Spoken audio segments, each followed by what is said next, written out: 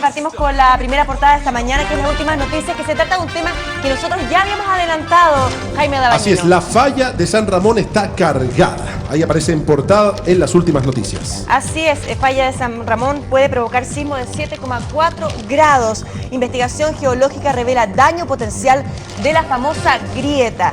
En la quebrada de Macul estaban las pistas más certeras para que los geólogos de la Universidad de Chile llegaran a conclusiones novedosas sobre la falla de San Ramón. Lo primero es que esta grieta geológica es capaz de producir un sismo en magnitud 7.4 y lo segundo es que hace unos 8.000 años originó un terremoto que levantó el suelo cordillerano en 4 metros. Se sabía que la falla está activa, pero Gabriel Vargas, geólogo, jefe de la investigación, dijo que también es inversa. Y le explicamos aquí qué significa eso. Es decir, existen bloques de la cordillera de los Andes que intentan montarse sobre el Valle de Santiago. Y ya nos va a explicar acá con mapa en mano Pablo Oces. Aquí hubo hace 8.000 o 20.000 años un desplazamiento tan grande que hizo que el bloque cordillerano se moviera 4 metros por sobre el valle. En ese momento debió ser algo muy catastrófico, explica la arquitecta Jimena Borges del Territorio Ciudad. Jimena acota que en Paul Harris, si usted vive por ahí, se va a dar cuenta de este detalle que hace hincapié en las últimas noticias. Paul Harris, que está detrás de los Dominicos, comuna de Las Condes, de repente la calle sube y esa es la falla, dice ella. Han pasado miles de años en que no se ha producido movimiento y se sospecha de que ya ha logrado una acumulación de energía que hace que cada año que pase es más probable que se mueva. La falla está cargada, dice la especialista. Este impacto, esta falla pasa por 5 comunas, tenemos una nota del departamento de prensa y después con nuestro especialista lo vemos acá en el estudio. Vamos a ver. De años construyeron trincheras y lograron dar con los descubrimientos más relevantes sobre la falla de San Ramón que se conozcan. Las premisas eran que la falla telúrica está activa, que se extiende por 25 kilómetros entre el río Mapocho y el Maipo y abarca 6 comunas de Santiago. Una falla es una fractura en la tierra, digamos, en la superficie de la tierra, a lo largo de la cual hay movimiento relativo de bloques. Y en este caso, en el caso de las fallas inversas, lo que hace es este movimiento.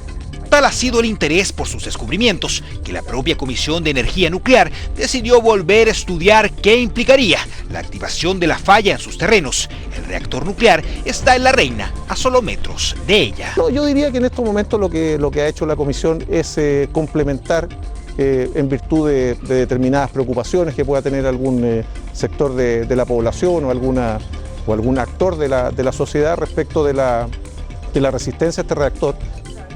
El geólogo Gabriel Vargas está tras la investigación que determinó que de activarse la falla de San Ramón provocará una elevación del terreno donde se emplaza. Su descubrimiento logró precisar que el sismo sería grado 6 o 7 en la escala de Richter. Esta falla ha tenido actividad en los últimos 20.000 o 14.000 años, lo cual es muy reciente y la catalogan inmediatamente como una falla activa que hay que tomar con seriedad desde el punto de vista aplicado en el momento de planificar, por ejemplo, el desarrollo urbano de la ciudad de Santiago. El estudio primario fue encargado por la Seremi de Vivienda para determinar si es necesario hacer cambios en el plan regulador de Santiago.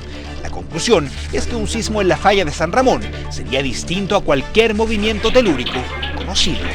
Efectivamente, esta norma que rige las edificaciones respecto a las solicitaciones sísmicas sea reestudiada para el caso de sismo generado por la falla de San Ramón. Es importante reconocer que la precordillera, así también como lo reconocen muchos planos reguladores, son zonas que debieran ser consideradas como de baja densidad. Claro que en el debate científico tampoco hay acuerdos. Algunos dicen que no se puede asegurar la ocurrencia del sismo sino en cientos de años, y que de haberlo duraría apenas 10 segundos. Ustedes saben de que hemos estado hablando bastante del terremoto en el norte, ¿cierto? El terremoto en el norte tampoco podemos decir mucho, sabemos que va a ocurrir o mañana o en 15, 20 años más, digamos. Y en este otro tendríamos que decirle, mire, a lo mejor va a venir un terremoto fuerte en 100, 200, 300 años. Así que los que están viviendo ahí yo creo que se pueden quedar tranquilos. En lo que todos concuerdan es en la necesidad de estudiar la falla, que en algún momento fue la responsable de formar en parte cerros como el Calán y el Apoquindo, hoy casi completamente poblados. Y está con nosotros el geógrafo de la Universidad de Chile, Pablo Oces. Pablo, Católica, Universidad Católica. Eso es un tremendo error para ustedes. Hay que decirlo. Para hablar de este estudio, primero, ¿cuál es tu impresión después de tener antecedentes sobre este estudio, Pablo?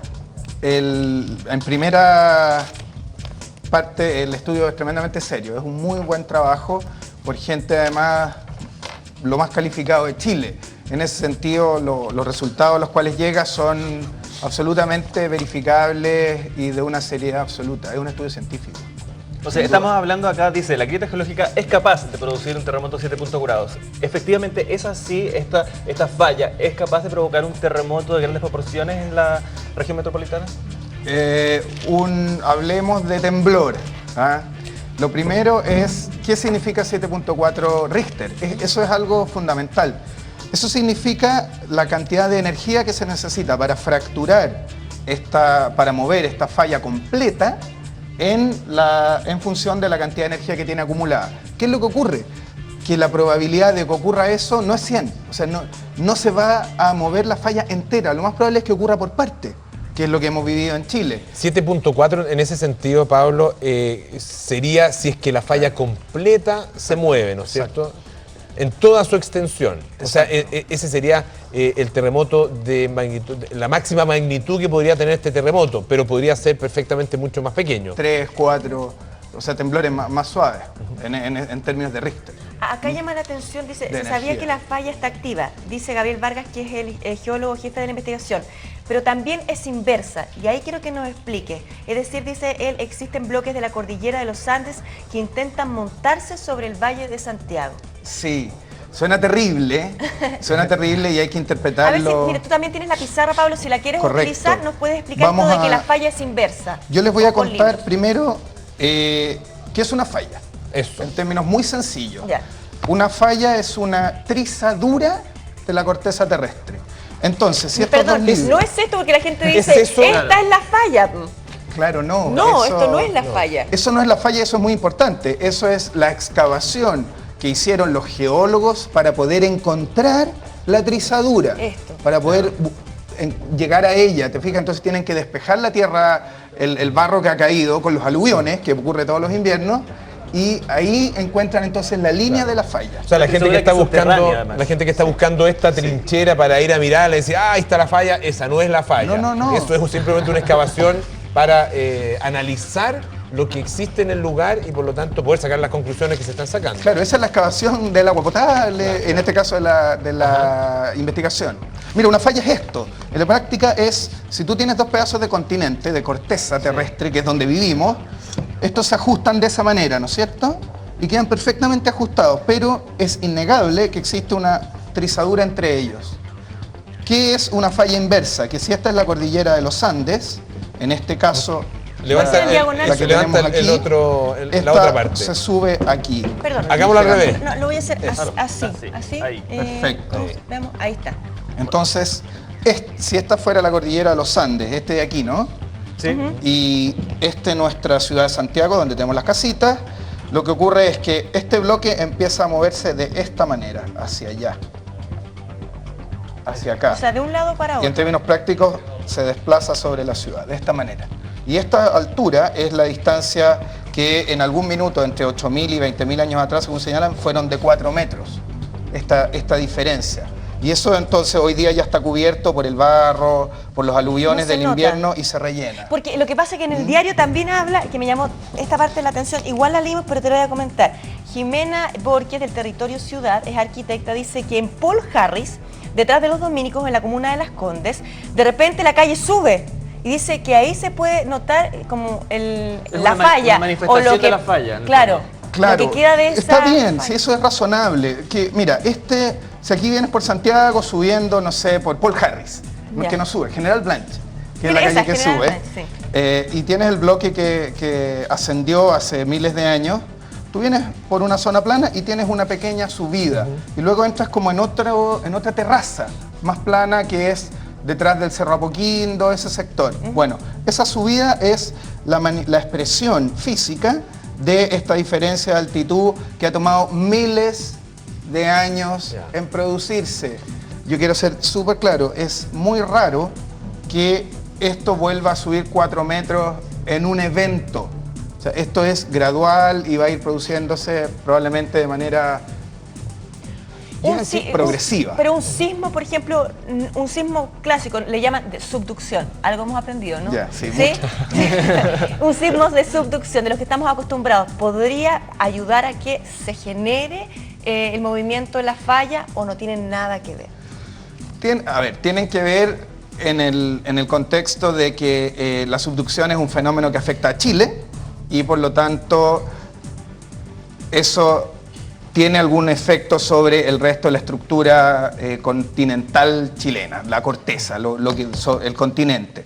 Eso sí, pero no están directamente asociados. Esta falla funciona en su condición individual. Perfecto. Y en algún minuto se puede activar como puede no activarse. Es un fenómeno aislado. Ahora, Pablo, ¿por qué se dice que no se debiera construir exactamente en la zona de la falla? Porque cuando se produce un gran terremoto, o un temblor incluso 7.4, que puede ser bastante destructivo, depende de las condiciones del lugar, la verdad que se ven dañados muchísimas estructuras alrededor, varios kilómetros alrededor. Entonces uno dice, bueno, ¿por qué preocuparse tanto de la falla, que es finalmente como tú lo describías, una especie de línea, de trizadura?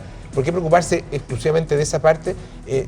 Más bien habría que preocuparse de extensiones un poco mayores. Mira, al ser una falla inversa, y esa es la esencia del tema, al ser una falla inversa está delimitada su área de fractura. Por lo tanto, cuando esto se levante sobre esta otra falla aquí, cuando esto se levante por acá, la zona donde se va a producir la diferencia de nivel es acotada y la podemos conocer. Eso no significa que el resto no se vaya a mover, no vaya a tiritar. Pero si si yo tengo un edificio y que justo está ahí, en la línea de fractura, se va a partir en dos. O sea, absolutamente razonable además la petición de no construir cerca de la falla. Hagamos parques, por ejemplo. Pero perdón, por ahí ya hay un reactor, hay nuclear, ya hay una universidad, pasa por 5 comunas. Sí, ese es el problema que fue primero aquí, el huevo o la gallina. En este caso hubo huevo antes que gallina, hubo ciudad antes que estudio. Y en ese sentido soluciones existen, pero ya estamos un poco tarde. Y efectivamente hay comunas más afectadas que otras. ¿Cuáles son las comunas que circundan la falla? Mira, aquí hay que calibrar un poco. Las comunas de precordillera, que son La Florida, Peñalolén, La Reina, Vitacura, Las Condes, La Reina, Peñalolén y Puente Alto. Exactamente. Es lo que aparece acá en el estudio. Te voy a leer un poquito lo que dice acá. Dice, Rubén Boroshek, director de la División de Ingeniería de Estructuras de la Universidad de Chile, agrega: hay certezas de que la falla pasa por el sector de los cerros, Apoquindo y Calán, hacia el sur.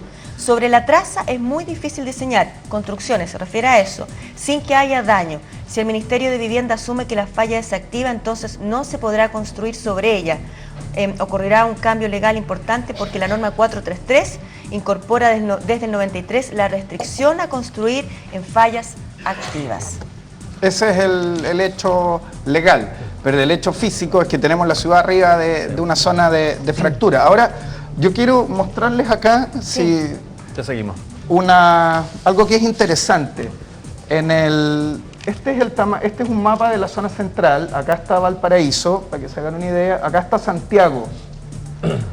En términos de proporciones, este es el pedazo, el área cubierta o abarcada por la falla de Ramón, que hasta aquí Santiago ha crecido con ella y no hemos tenido problemas. Pero, Pablo, tú estás ahí entonces marcando prácticamente todo el ancho o el alto, como queramos verlo, de Santiago. O sea, claro, abarca toda la región metropolitana en la ciudad de Santiago, digamos, en la zona precordillerana. Es toda la precordillera, es una fisura, una trizadura que va por toda la cordillera. Pero ¿a qué quiere llegar? Que Chile, al ser un país de temblores sísmicos y esto que ya estamos acostumbrados, quiero mostrarles otra falla. A ver. Que es 3 o 4 veces la falla de Ramón, que es esta que está acá, que es la que está en Las Melosas, también en el Cajón del Maipo, donde parte acá, en la cordillera de Piuquenes, baja por el río Olivares, pasa por el embalse del Yeso. Si quieres puedes rayar el mapa. ¿Puedes rayar el mapa? ¿Qué es esta?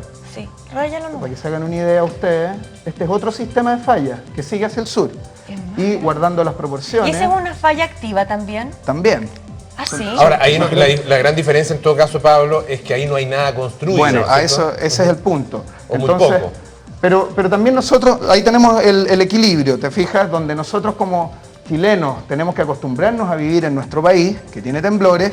Acá no hay construcciones, y eso es una gran ventaja. Y acá tenemos que regular un poco nuestra ciudad. A eso quiero llegar, ¿te fijas? En términos de proporciones, y acá existen otras fallas más. Entonces, es nuestra realidad. Pongámonos, Pablo, en el peor de los escenarios, que podría ser entonces un temblor 7.4. Uno se imagina más por las características de esta falla, el tipo de trizadura, el lugar donde está ubicado, sería un temblor relativamente superficial. Sí. Es como uno puede imaginárselo. Por lo tanto, eventualmente muy destructivo. Pero ¿cuán destructivo, dadas las construcciones que hay en ese lugar y el tipo de construcción que tenemos en Chile? Sí, el problema de la falla en este caso es que el 7.4 va a ser superficial. Ya. Y por lo tanto... Como esos temblores en Italia, digamos, claro, que se mueve... Que con magnitudes bajas tienes efectos muy grandes en la infraestructura. Y en ese sentido, cualquier actividad sísmica de esta falla puede tener algún efecto fuerte sobre Pero de acuerdo a las condiciones en las que está hoy día. A propósito de fallas, Tonka. Sí, bueno, ya está Martín. Bienvenido, Martín. Estamos hablando. No, ese fue Polo que te está cerruchando el piso. No se preocupe. Ya lo van a arreglar eso. Bienvenido, Martín. Gracias. Un saludo a todos en su casa. Me voy a incorporar lentamente al programa. Bienvenido, Martín. Pablo, ¿pero el movimiento es igual que un sismo? ¿Se mueve igual la Tierra o se mueve distinto? Aquí hay que distinguir dos cosas. Una es el movimiento por ondas de un sismo, que son estas ondulaciones, estos saltos que uno siente normalmente, y otro es estar arriba de la falla. Son dos cosas distintas. Entonces, todo aquello que esté arriba de la falla, lo más probable es que si hay un movimiento de esta falla, se fracture. Porque es innegable que si esto está así y queda así, lo que estaba aquí va a quedar chueco. Claro. Eso es un primer efecto esperable. Y ahí está el problema de la infraestructura.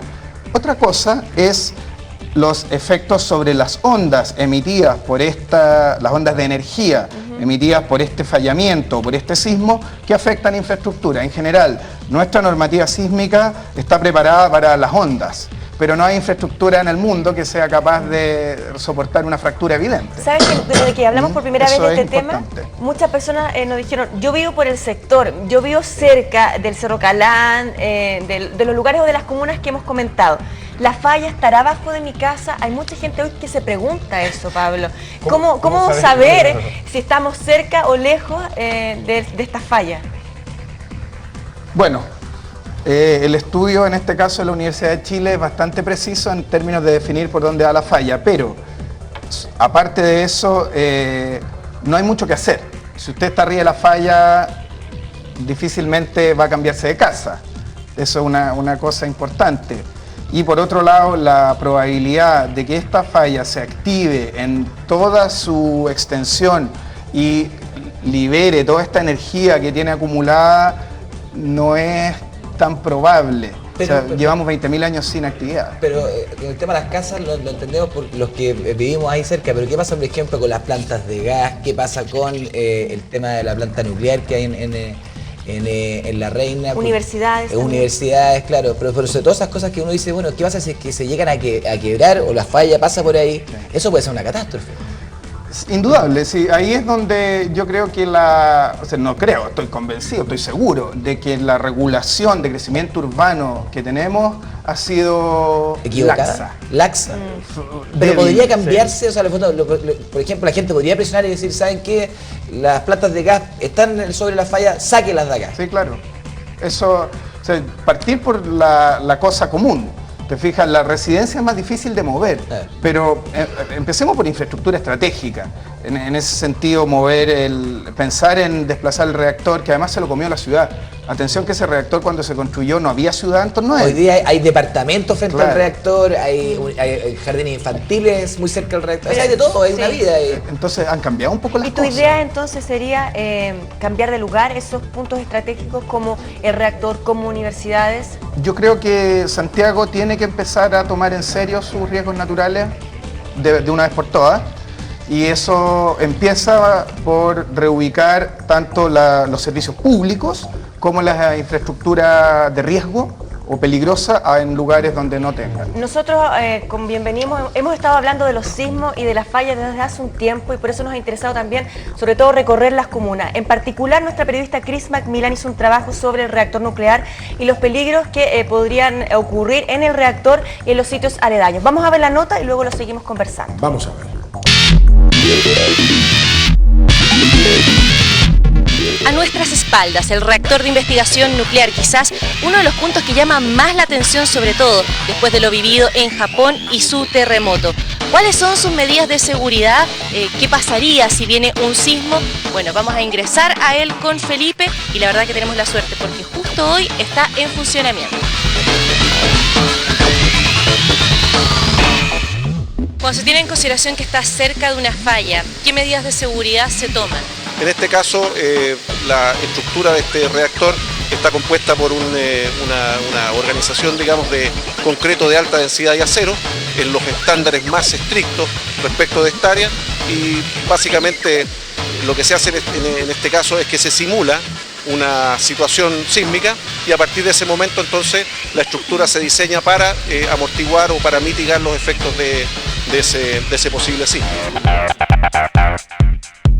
¿Cuál es la principal diferencia, por ejemplo, con los de Japón? ¿Por qué no se podría repetir una situación como esa? Bueno, básicamente la diferencia entre un reactor de este tipo y aquellos que nosotros observamos en Japón y en general todos aquellos que son destinados a producir energía eléctrica es que en el caso de los que producen energía eléctrica son una olla a presión en la cual se calienta agua, el fuego, por decirlo así, está por dentro, que es el material nuclear, se calienta agua y a partir del calentamiento de agua se produce vapor y el vapor, como en cualquier planta termoeléctrica, mueve una turbina y a través del generador se genera electricidad. En el caso que estamos observando y lo podemos ver en cámara, digamos, nosotros tenemos una piscina donde al fondo de una estructura que contiene agua de 11 metros de profundidad se encuentra el núcleo. Por lo tanto, aquí no se produce vapor realmente. Al no producirse vapor no se puede producir presión y solamente tenemos una situación en la cual el agua está a 37 grados y se producen radiaciones que son aprovechadas en el fondo del reactor. ¿Cómo vivieron la experiencia del terremoto del 27 de febrero? En el caso del año pasado, un apagado automático del reactor, que es lo que ocurre en este caso, en menos de un segundo, y a partir de ese momento entonces se produce una revisión completa de los sistemas y se verificó, se validó de que no había ninguna situación de la cual preocuparse. Según los últimos estudios que se han hecho, que se sabe la falla, que es activa, por dónde pasa, ¿el riesgo disminuye o aumenta de tener un lugar como este? Bueno, en primer lugar ya hemos discutido, la falla no pasa justamente por esta zona, sino que pasa cerca. En segundo lugar, hemos podido cuantificar la magnitud máxima que genera esta falla y nos hemos dado cuenta que su impacto sería, como lo hemos discutido anteriormente, comparable al terremoto del 27 de febrero del año pasado. Por lo tanto, hemos logrado acotar el impacto que esta falla tenga en la estructura vecina, en particular en el reactor. O sea, ya hemos podido ver que la posible activación de una falla en la zona no es el acabo del mundo, sino que está acotada a unas ciertas solicitaciones que creemos que el reactor sería capaz de soportar.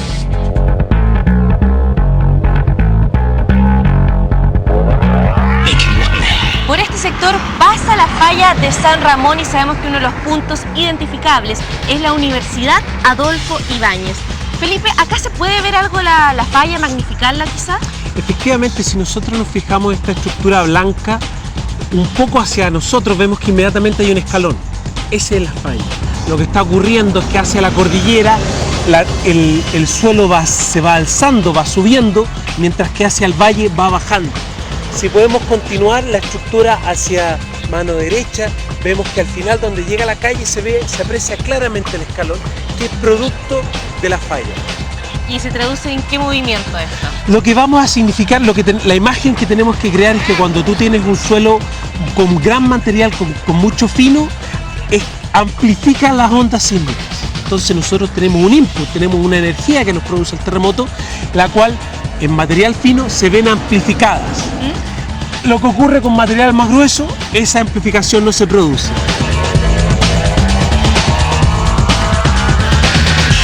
En la medida que nos vamos acercando al término de nuestro recorrido por la falla de San Ramón, me dijiste, Felipe, paremos. ¿Por qué? Yo quiero saber, ¿qué tiene acá de inusual esto?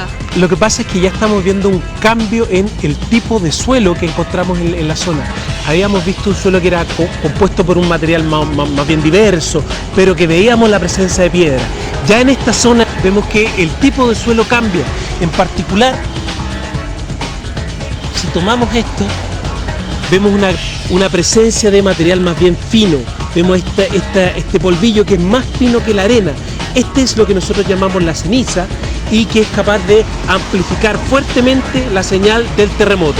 Es decir, si viene un terremoto, ¿qué pasa? ¿Qué genera este tipo de suelo? En esta zona la señal es amplificada y podemos tener daños como los que vimos, por ejemplo, en la zona de Maipú, en la zona de Pudahuel, donde la señal del terremoto, el movimiento del terremoto es amplificado por las condiciones del suelo. En palabras más simples, ¿sentiríamos un terremoto más fuerte acá? Más fuerte y más largo.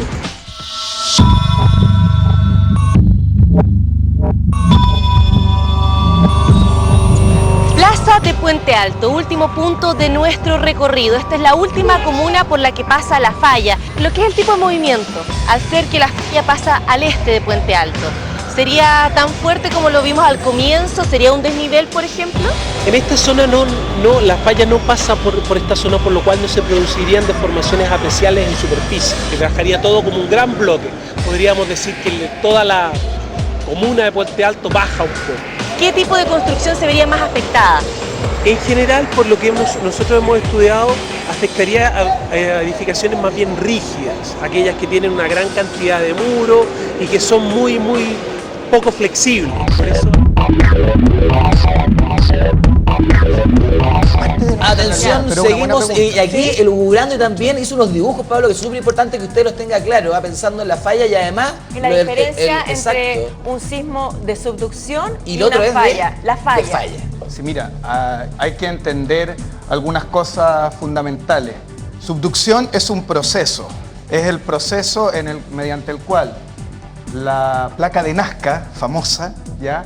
Que está debajo del Pacífico, viene navegando hacia nuestro país, hacia nuestro continente e ingresa de esta manera, se sumerge debajo del continente americano. Acá está Valparaíso, acá está Santiago, ¿qué es esto que está aquí? El mar, y este proceso de subducción entonces es este hundimiento de la placa de Nazca bajo la placa continental. Ese es el proceso. Ese proceso produce sismos, como este que está aquí. Aquí se rompió, aquí se me quebró el dedo en este punto.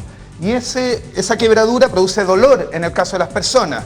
Y en el caso del continente produce ondas sísmicas. Y esas ondas sísmicas son las que mueven los edificios, nos mueven a todos nosotros. Y es como el dolor, que si yo me quiebro este dedo aquí, me va a doler hasta el hombro. Bueno, eso, pero no es la fractura. Ese es el sismo habitual, lo que nosotros sentimos. Proceso de subducción. Ese fue, por ejemplo, el terremoto del 27 de febrero. Tuvo esas características. Estas características y el fallamiento, la fractura de ese sismo ocurrió en el mar.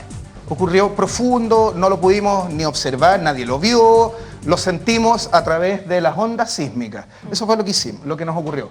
Diferente es una falla superficial, que es el caso de la falla Ramón y otra. Es una falla superficial, donde tú tienes una fractura o trizadura, que es esta que por Harris hay un levantamiento, sí. O si uno va y hace una caminata por ese sector, va a haber unas líneas así en la tierra. Sí. Esa línea es el plano de falla.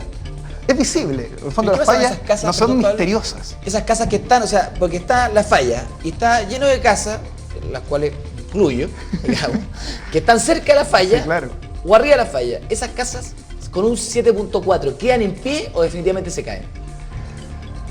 Debieran quedar en pie, ¿ya? Debieran quedar en pie, con la excepción de que tenga la mala suerte, y esto es un caso fortuito, ¿ya? La mala suerte de que si hay un cambio de nivel, se te va a quebrar el piso. Y te va a quedar un pedazo de casa más allá que esto que está dibujado aquí. ¿Y una grieta hacia abajo? Sí, pero atención. Como, o sea que uno empieza a pensar, sí, como en película. Pero se abre así como dice la torre, ¿se abre la tierra? Guardemos las proporciones, por favor. Si uno va a mirar el plano de falla, muchos cines, que es la zona, podríamos ir a mirarlo un día, el plano donde esto se fisura, es una línea delgadita, o sea, es una zona de debilidad, sobre la cual se monta, en este caso, el bloque los Andes sobre la cuenca de Santiago. Esto se llama Horst y Graben, es el nombre técnico.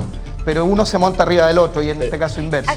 Si uno tiene la mala suerte de estar con una pata a cada lado, va a ser así.